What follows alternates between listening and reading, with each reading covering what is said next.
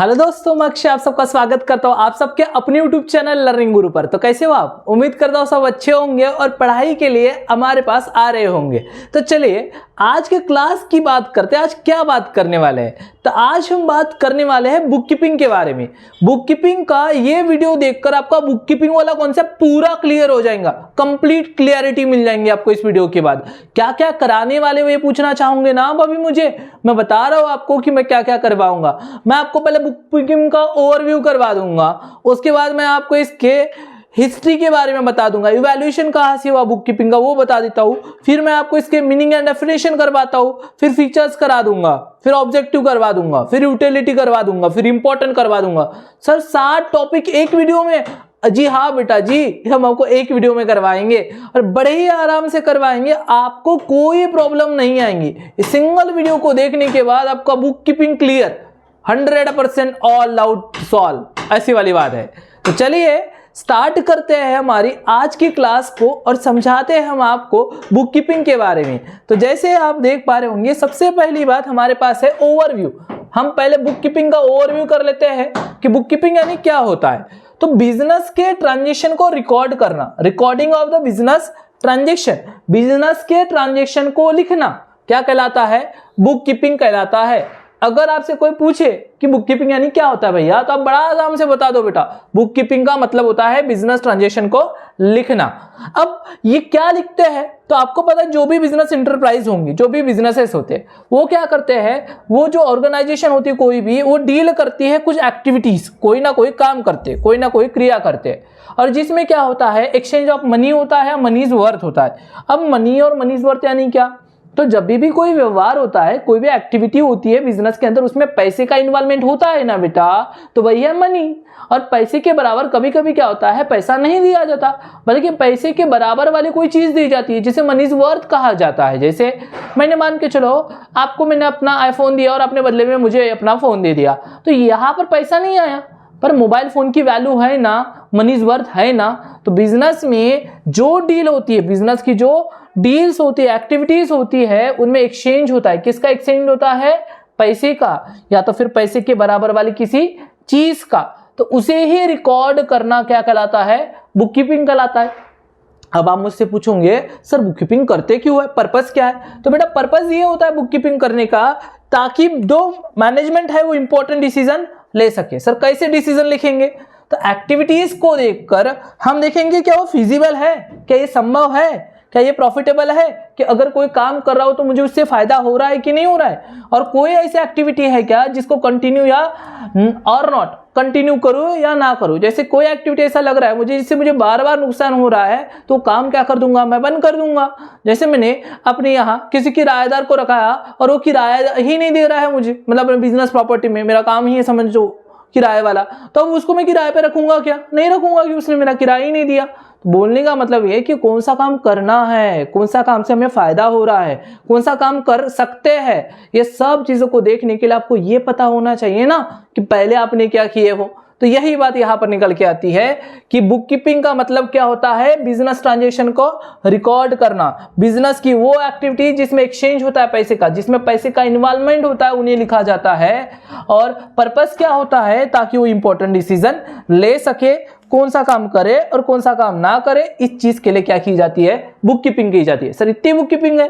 नहीं बेटा, ये तो हमने जस्ट चालू की है। ओवरव्यू का मतलब होता है कि मैंने आपको छोटा सा कॉन्सेप्ट समझा दिया कि बेटा जी बुक्स जो बिजनेस के ट्रांजेक्शन होते हैं उनको लिखना क्या कहलाता है? बुक कीपिंग कहलाता है। दूसरी चीज मैंने आपको यह बता दिया कि बुक कीपिंग फायदे कारक होती है ताकि बिजनेस अपनी इंपॉर्टेंट डिसीजन ले सके। तो चलिए आगे बढ़ते हैं हम और हम आपको समझाते हैं आगे की बात। आप बोलोगे सर ये बुक कीपिंग या अकाउंटिंग आई कहां से है, इसका इवैल्यूएशन कहां से हुआ? तो बेटा समझो, आपको पता है पुराने जमाने में चंद्रगुप्त मौर्य थे।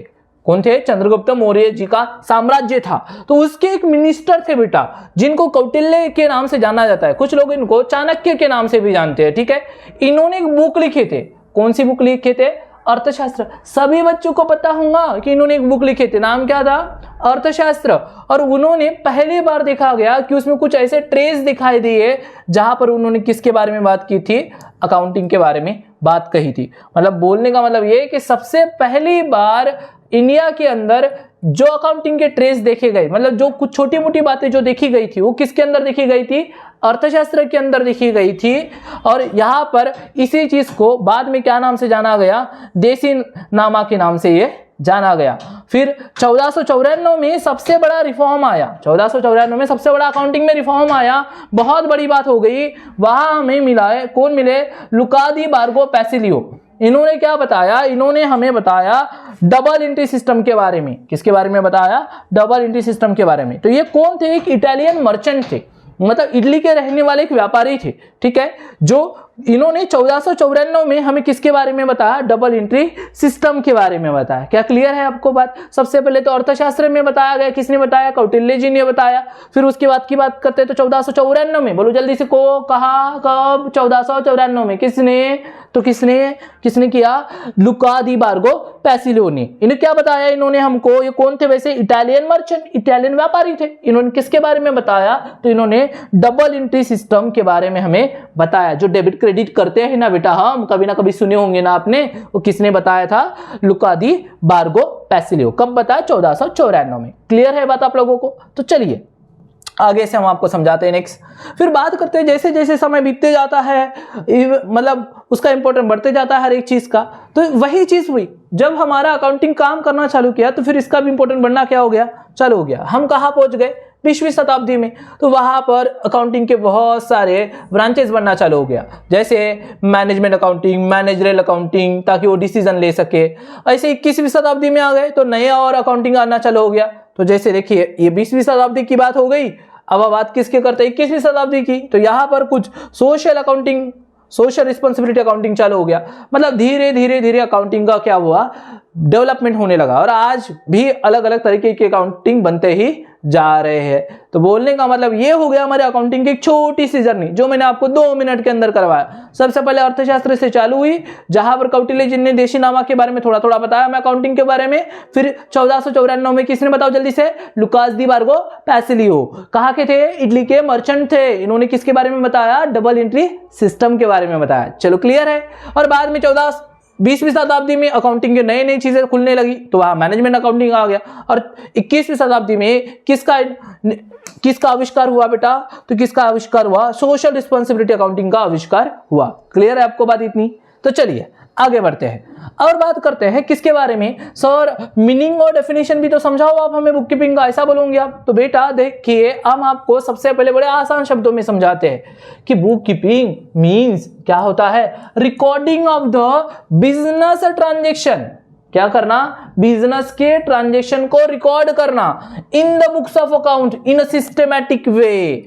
लिखना ही नहीं सर, सिस्टमैटिक वे में लिखना ही क्या कहलाता है, बुक कीपिंग कहलाता है। तो बिजनेस के ट्रांजेक्शन को लिखना, बुक्स ऑफ अकाउंट में, अपने बुक्स में लिखना, वो भी कैसे सर, सिस्टमैटिक वे में, उसे क्या कहा जाता है, बुक कीपिंग कहा जाता है। फिर all the monetary transaction are recorded date wise, accurate business result from such record at the end of the accounting year. बोलने का मतलब ये कि जो भी बुक कीपिंग में अकाउंट मेंटेन करते हैं वो सब के सब अकाउंट कैसे होने चाहिए, डेट वाइज होने चाहिए। कैसे होने चाहिए, डेट वाइज, सीक्वेंस वाइज, 1 जनवरी का पहले, 2 जनवरी का बाद में, 3 जनवरी का बाद में, ऐसे उसके बाद होना चाहिए। क्यों ऐसा करना चाहिए सर, डेट वाइज क्यों रिकॉर्ड करना चाहिए, ताकि हमें बिजनेस के जो रिकॉर्ड्स हो हमारे कैसे होने चाहिए, एक्यूरेट होने चाहिए, सही सही होने चाहिए। और हम उन अकाउंटिंग को कब देखते हैं, ईयर एंड पर, मतलब बिजनेस में जब मेरा बिजनेस का साल खत्म हो जाता है, मैं क्या करना चाहूंगा, सर मैंने पूरे साल भर काम किया हूँ, मेहनत किया हूँ, मुझे फायदा हुआ है, नुकसान हुआ, पता होना चाहिए ना बेटा। तो उसके लिए हम बिजनेस के लास्ट में ये चीजें देखते हैं। अगर आगे की बात करें तो bookkeeping is an art और science of systematic recording, classifying, summarising the financial transaction of the business. जैसे क्या बोला है इन्होंने क्या बोला है कि बुक कीपिंग जो है वो क्या है, आर्ट है या तो साइंस है। किस बात का, सिस्टमैटिक रिकॉर्डिंग, बिजनेस ट्रांजेक्शन का कैसा रिकॉर्ड करना, सिस्टमैटिक रिकॉर्डिंग, क्लासिफाई करना, समराइज करना, किसको, फाइनेंशियल ट्रांजेक्शन को of the business of particular period, generally 1 year. बोली सिंपल सी बात कही गई बेटा यहां पर एक, कि बिजनेस ट्रांजेक्शन को क्या करना, रिकॉर्ड करना। कौन से, रिकॉर्ड करना, क्लासिफाई करना और समराइज करना। बिजनेस के ट्रांजेक्शन को क्या करना, रिकॉर्ड करना, क्लासिफाई करना, समराइज करना। और भी कौन से टाइम पीरियड के लिए, पर्टिकुलर टाइम पीरियड, मतलब 1 साल के बिजनेस ट्रांजेक्शन को क्या करना, लिखना, क्लासिफाई करना, समराइज करना, उसी को क्या कहा जाता है, बुक कीपिंग कहा जाता है। क्या क्लियर हुआ आपको ये बात? तो यहां से हमने क्या सीखे सर, तो बिजनेस बुक कीपिंग का मतलब क्या हुआ कि रिकॉर्डिंग करते हैं सर बिजनेस ट्रांजेक्शन की, वो भी कहां पर, एक सिस्टमैटिक वे में। और जो रिकॉर्डिंग करते हैं वो कैसे करते हैं सर, डेट वाइज करते हैं। दूसरी बात क्या, डेट वाइज करते हैं। दूसरी बात हमारा बुक कीपिंग आर्ट भी है सर, साइंस भी है, क्योंकि ये सिस्टमैटिक भी होता है, क्लासिफाई भी करता है, समराइज भी करता है। और इससे क्या होता है, और ये जो ट्रांजेक्शन होते हैं वो जनरली पर्टिकुलर पीरियड के होते हैं। पर्टिकुलर पीरियड मतलब क्या, तो 1 साल के होते हैं। क्या क्लियर है आपको इतनी बात?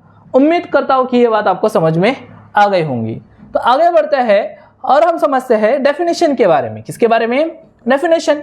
तो बुक कीपिंग का डेफिनेशन किसने दिया है, रिचर्ड स्टेलम ने दिया है। इन्होंने क्या कहा है, तो इन्होंने कहा है the art of analyse, art analysis करने का art, and recording the business transaction, और एनालिसिस करना और बिजनेस ट्रांजेक्शन को क्या करना, रिकॉर्ड करना। बिजनेस ट्रांजेक्शन को क्या करना, रिकॉर्ड करना। Reporting results of the business operation, और रिपोर्ट करना बिजनेस ऑपरेशन को किस समय, किसी पर्टिकुलर स्टेटमेंट में, थ्रू द पीरियोडिक स्टेटमेंट, एक स्टेटमेंट में लाना और फिर उसको इंटरप्रेट करना, ताकि हम क्या कर सके, बिजनेस के ऊपर इफेक्टिव कंट्रोल बना के रह सके फॉर फ्यूचर ऑपरेशन। तो उसे क्या कहा जाता है, बुक कीपिंग कहा जाता है। ऐसा किसने कहा, प्रोफेसर रिचर्ड ने कहा। तो इन्होंने बोला क्या था कि बिजनेस आर्ट है ये, बुक कीपिंग क्या है, आर्ट है। किस बात का, एनालाइज करता है ये, रिकॉर्ड द बिजनेस ट्रांजेक्शन, क्या करता है, बिजनेस ट्रांजेक्शन को रिकॉर्ड करता है, फिर रिपोर्ट भी करता है। रिपोर्ट करता है मतलब रिपोर्ट बनाता है कि बिजनेस ऑपरेशन में क्या हुआ, पीरियडिकली मतलब टाइम के हिसाब से, समय के हिसाब से। और फिर इन्होंने क्या बोला, इन्होंने कि जो स्टेटमेंट बने हैं, साल के खत्म होने पर जो स्टेटमेंट बने हैं, उनको क्या किया जाता है, इंटरप्रेट भी किया जाता है, मतलब समझा भी जाता है कि उसके क्या रिजल्ट निकला, और उस बेसिस पर इसको क्या किया जाता है, कंट्रोल भी किया जाता है। तो ये हो गए हमारे एक डेफिनेशन। अगर हम नेक्स्ट बात करते हैं तो जे.आर. बॉटली बॉय का क्या कहना है, तो इन्होंने बड़ी सिंपल से डेफिनेशन दिया है। क्या बोले इन्होंने, book keeping is an art of recording. Book keeping क्या है, एक आर्ट है, लिखने का एक तरीका है। और business dealing in the set of books, मतलब बिजनेस के ट्रांजेक्शन को बुक्स में लिखना क्या कहलाता है, बुक कीपिंग कहलाता है। ऐसा किसने बोला, जे.आर. बॉटली बॉय ने बोला। क्लियर है आपको बात? तो ये हो गए हमारी डेफिनेशंस। तो बेटा इस डेफिनेशन को पढ़ के कुछ फीचर्स आ गए, तो बुक कीपिंग के फीचर्स समझ लेते हैं हम। तो क्या है पहला फीचर्स, बोलता है it is the method of recording day to day business transaction. मतलब बुक कीपिंग क्या है, एक मेथड है, जो भी मैं हर दिन काम करता हूं उसको लिखने की मेथड क्या है, हमारी बुक कीपिंग है। उसके बाद क्या बोला है इन्होंने, हमारा सेकंड फीचर क्या है, only financial transaction are record. मतलब जो हमारे फाइनेंशियल ट्रांजेक्शन होते हैं उन्हीं को हम लिखेंगे, जो हमारे फाइनेंशियल ट्रांजेक्शन नहीं है, जहां पैसा नहीं है, उसको लिखा नहीं जाएगा। ओनली फाइनेंशियल ट्रांजेक्शन को लिखेंगे। और all record prepared for a specific period, और जितने भी रिकॉर्ड्स बनाए जाते हैं, जितने भी रिकॉर्ड्स बनाए जाते हैं वो काय के लिए बनते हैं, स्पेसिफिक पीरियड के लिए बनते हैं। और यूजफुल होते हैं किसके लिए, फ्यूचर रेफरेंस के लिए। मतलब आज मैं अगर अकाउंटिंग करता हूं तो इसका फायदा मुझे कब होने वाला है, बाद में होने वाला है। तो ये चीज निकल के आती है। क्लियर है बात? मतलब कि हम जो बिजनेस के रिकॉर्ड्स होंगे प्रिपेयर तो आज करेंगे, स्पेसिफिक टाइम पीरियड मतलब 1 साल के लिए करेंगे, लेकिन इसका जो फायदा होगा मुझे वो साल होते जाएगा। ये चीज निकल के आई है। फिर हमारे पास क्या आया है नेक्स्ट, तो नेक्स्ट आया है हमारे पास records of transaction are based on rules and regulation.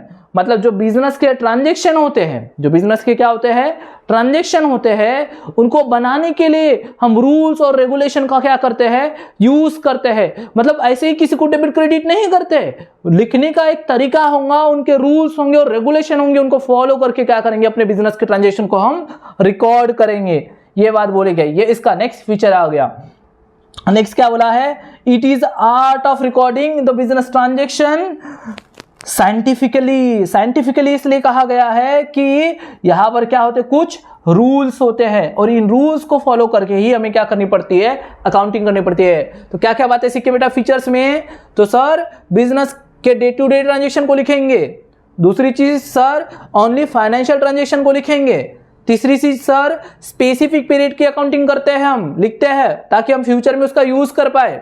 Sir चौथी चीज सर कि बिजनेस ट्रांजेक्शन को हम रूल्स और रेगुलेशन से लिखते हैं, ऐसे लिखते हैं नहीं है। और सर जो रिकॉर्डिंग ऑफ बिजनेस ट्रांजेक्शन है वो एक साइंटिफिकली मेथड है। क्यों साइंटिफिकली मेथड है? क्योंकि इसमें क्या आता है, रूल्स और रेगुलेशंस आते हैं। क्लियर है आपको इतनी बात? तो चलिए आगे बढ़ते हैं। फिर हम समझते हैं ऑब्जेक्टिव क्या है। क्या समझते हैं? ऑब्जेक्टिव क्या है भैया बुक कीपिंग का, ये भी तो हमें पता होना चाहिए। तो मेन ऑब्जेक्ट जो होता है बुक कीपिंग का वो होता है keeps complete accurate record of the financial transaction. Financial जो ट्रांजेक्शन करते हैं पूरे साल में, मैंने जितने भी फाइनेंशियल ट्रांजेक्शन किया, फाइनेंशियल ट्रांजेक्शन मतलब सर क्या, पैसे का व्यवहार बेटा। जितना भी आप पैसे का व्यवहार करते हो उसको क्या करना, कंप्लीट और सही सही अपने पास लिखना, इसका मेन ऑब्जेक्ट होता है। और वो भी कैसे लिखेंगे, सिस्टमैटिक होना चाहिए, ऑर्डरली होना चाहिए और कैसा होना चाहिए, लॉजिकल मैनर में होना चाहिए। तो main object of book keeping क्या हुआ, तो कंप्लीट और एक्यूरेट फाइनेंशियल ट्रांजेक्शन को सिस्टमैटिक, ऑर्डरली और लॉजिकल मैनर में लिखना ही हमारे लिए क्या होता है, बुक कीपिंग का पहला इंपॉर्टेंट ऑब्जेक्टिव होता है। दूसरा क्या लिखा है हमारे पास, तो all the business transaction are to be record. जितने भी बिजनेस ट्रांजेक्शन होंगे उनको रिकॉर्ड कैसे करेंगे, तो हम उसको रिकॉर्ड करेंगे date wise and account wise. Business transaction को कैसे रिकॉर्ड किया जाता है, तो डेट वाइज किया जाता है और किस वाइज किया जाता है, अकाउंट वाइज किया जाता है। क्या आई बात आपको समझ में? तो चलिए आगे बढ़ते। उम्मीद करता हूं आपको ये सब बातें समझ में आ गई होंगी। तो नेक्स्ट बढ़ते हैं और भी ऑब्जेक्टिव के बारे में बात करते हैं। तो नेक्स्ट ऑब्जेक्टिव है हमारा bookkeeping serves as a management record of the monetary transaction. तो एक जो बुक कीपिंग है वो हमें एक परमानेंट रिकॉर्ड देता है। परमानेंट मतलब हमेशा के लिए। और किसका परमानेंट रिकॉर्ड होता है, monetary transaction of the enterprise of business, enterprise business. मतलब कि जो भी मैंने बिजनेस के ट्रांजेक्शन किया, पैसे वाले लेन देन हुए, उनका एक सबूत के तौर पर क्या होता है हमारे पास, परमानेंट रिकॉर्ड रहता है बुक कीपिंग के अंदर। और it can be produce as evidence, और उसको क्या बना सकते हैं हम, कभी कभी एविडेंस बना सकते हैं, whenever and wherever required. जब जरूरत पड़ी तो जो बनाया गया रिकॉर्ड है उसको सबूत के तौर पर किसी सामने वाले इंसान को हम क्या कर सकते हैं, दिखा भी सकते हैं। फिर क्यों बनाते हैं, और क्या चीजें हो सकती है, तो to know the profit loss of the business during the financial year. अगर मैं एक बिजनेसमैन हूं तो बेटा मैं चाहूंगा ना कि पूरे साल में मैंने जो मेहनत किया मुझे फायदा हुआ या नुकसान हुआ। इसलिए बुक कीपिंग में ये देखा जाता है कि पूरे बिजनेस के खत्म होने पर मुझे फायदा हुआ या नुकसान हुआ, इस बात को देखने के लिए। और आगे की बात करते हैं हम, तो to know the total assets liabilities of the enterprise, कि बिजनेस की टोटल असेट्स कितनी है, बिजनेस की लायबिलिटीज कितनी है, इस बात को बताने के लिए भी किसका यूज किया जाता है, बुक कीपिंग का यूज किया जाता है। मतलब कि अगर मैं बिजनेस हूं तो मुझे लोगों को कितना पैसा देना है, मुझे लोगों से कितना पैसा लेना है, इस बात का भी तो पता होना चाहिए। इसीलिए हम साल के लास्ट में क्या करते हैं, हम अकाउंटिंग करते हैं और ये हम जानना चाहते हैं कि टोटल एसेट्स कितनी है, टोटल लायबिलिटीज क्या है। तो ये हमारा क्या हुआ, बुक कीपिंग का एक और ऑब्जेक्ट हुआ। फिर क्या है, to know the business owns to other, business ने किन किन लोगों से उधार लिया है, और what other owns to him, और बिजनेस ने किससे किससे उधार दिया है। देखो बेटा, ओन्स का मतलब होता है उधार लेने से। तो जब बिजनेस ने कितने लोगों से उधार लिया है, बिजनेस ने कितने लोगों को उधार दिया है, क्या ये पता होना चाहिए कि नहीं होना चाहिए। तो इसीलिए हम क्या करते हैं, बुक कीपिंग करते हैं। फिर आगे हम देखते हैं, तो बिजनेसमैन चाहता है, क्या चाहता है, वो चाहता है कि करंट ईयर की progress over the previous year, मतलब इस साल में मुझे पिछले साल की तुलना में कितना फायदा हुआ है, कितना नुकसान हुआ है, वो कंपेयर करना चाहता है। इसलिए भी हमारे लिए बुक कीपिंग करना क्या होता है, जरूरी होता है। तो ये क्या हो गए, इसके ऑब्जेक्ट हो गए। तो इतनी चीजें मैंने आपको समझा दिया। अभी हम आगे बढ़ते हैं और बात करते हैं किस किस के काम में आएगा ये जो अकाउंटिंग कर रहे हैं, बुक कीपिंग कर रहे हैं, किस किस के काम में आती है। तो तो ऑनर के काम में आती है, जो बिजनेस का मालिक होगा उसके काम में आएगा। वो क्या क्या काम में आएगा, क्योंकि जो बिजनेसमैन होगा उसे बुक कीपिंग से क्या फायदा होगा, तो अपना प्रॉफिट ढूंढ पाएगा, अपना लॉस पता कर पाएगा, अपनी असेट्स पता कर पाएगा, लायबिलिटीज बता पाएगा, ये काम आएगा। मैनेजमेंट के काम आएंगी, जो बिजनेस का मैनेजमेंट है, क्यों काम आएंगी मैनेजमेंट का, ताकि वो इंपॉर्टेंट डिसीजन ले सके, कंट्रोल कर सके बिजनेस के एक्टिविटीज को, वहां पर ये काम आ जाएगा। फिर तीसरी किसके काम आएंगी, इन्वेस्टर्स। अगर मैं कहीं कंपनी में पैसा लगाना चाहता हूं तो मैं पहले कंपनी के बारे में पता करता हूं ना, तो मैं पता कैसे चलेगा कंपनी को, लोगों को कंपनी के बारे में कि मेरी कंपनी है, आपको मुझे बताना है, तो पहले अपने मेरे रिकॉर्ड देखोगे ना कि मैं पैसा कमा रहा हूं या नहीं कमा रहा हूं। अगर मैं पैसा कमा रहा हूं तो ही आप मेरे बिजनेस में क्या डालोगे, पैसा डालोगे। तो ये किसके काम में आती है, आपके इन्वेस्टर के काम में आती है, ताकि वो प्रॉपर डिसीजन ले सके कि वेदर टू इन्वेस्ट और नॉट, वो पैसा लगाए या ना लगाए। फिर कंज्यूमर के काम में आती है, तो कंज्यूमर आपके फाइनेंशियल स्टेटमेंट को देखकर आपकी पोजीशन का पता करता है और उसे पता चलता है सप्लाई ऑफ गुड्स के बारे में कि अगर आपके फाइनेंशियल पोजीशन अच्छी है, मतलब आप सामान बनाते जाओगे, अच्छी क्वालिटी का सामान बेचोगे ग्राहकों को, लेकिन अगर आपका बिजनेस ठंडा है, मंदा है, पैसा ही नहीं कमा रहे हो, तो कंज्यूमर को पता है कि आप सप्लाई नहीं कर पाओगे, इसलिए वो अपने बिजनेस को क्या करेगा, मतलब आपके प्रोडक्ट को खरीदना बंद कर देगा। तो उसके काम में भी आती है। और ये बुक किसके काम में आती है, और भी लोगों के काम में आती है, जो हमारे नेक्स्ट पेज पर है। ठीक है, चलिए देखते हैं। तो यहां से ही चेंज करना पड़ेगा, लगता है बोर्ड महाराज हमसे नाराज हो गए।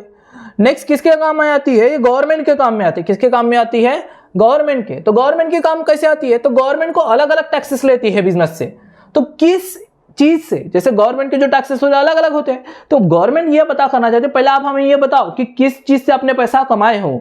तो अकाउंटिंग रिकॉर्ड बता देता है कि इस चीज से इतना पैसा कमाया गया, इस चीज से इतना पैसा कमाया गया, इस पे इतना टैक्स लग जाएगा, इस पे इतना टैक्स लग जाएगा। मतलब ये बुक कीपिंग किसके काम में आती है, गवर्नमेंट के काम में आती है। जैसे लिखा ही है, government can easily find out different types of taxes due from various source. अलग अलग सोर्स के ऊपर टैक्स लगाने का जो गवर्नमेंट लगाती है उसको इजीली फाइंड आउट करती है और गवर्नमेंट को आसानी से टैक्स कैलकुलेट कर लेती है। लैंडर्स, लैंडर्स मतलब कौन होते हैं, लैंडर्स का मतलब होता है उधार देने वाले लोग। तो अगर आपको उधार कौन देगा पता है क्या, जिसके पास आपके पास पैसा होगा तो लोग आपको उधार देंगे। ऐसा बोलोगे सर, आप ऐसा बोलोगे कि जब मेरे पास पैसा तो मैं उधार क्यों मांगूंगा। बेटा आप मुझे बताओ, मेरे पास पैसा नहीं, मैं बैंक में जाऊंगा तो बैंक वाले लोन देंगे क्या मुझे, बोलेंगे नहीं देना, क्योंकि अगर मैं पैसा चुकाने की काबिलियत मुझ में है तो ही बैंक वाले क्या देंगे, मुझे लोन देंगे।